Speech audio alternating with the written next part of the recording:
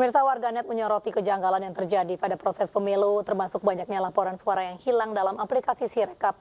Dugaan kecurangan yang terjadi saat pemilu masih terjadi dan masih jadi tren perbincangan hangat di seluruh platform media sosial.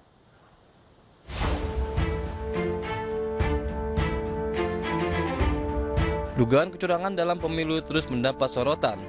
Pelanggaran demi pelanggaran menuai reaksi beragam dari banyak pihak. Bukan tanpa alasan.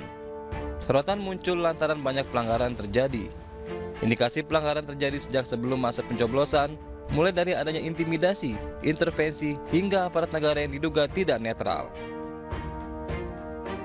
Laporan pelanggaran juga datang saat pencoblosan digelar 14 Februari lalu. Modus yang terjadi beragam, di antaranya surat suara yang sudah tercoblos, tertukar, hingga hilang. Kejanggalan berlanjut hingga proses rekapitulasi suara di aplikasi Sirekap milik KPU.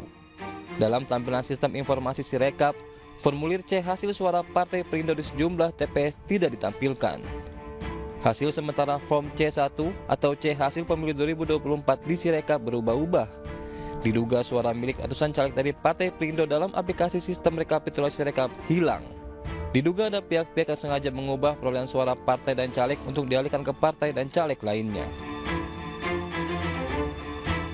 Seluruh kejanggalan dan dugaan kecurangan yang terjadi memancing tren percakapan warganet. Analisis drone emprit menunjukkan pemberitaan soal isu kecurangan pemilu mendominasi percakapan di berbagai platform media sosial.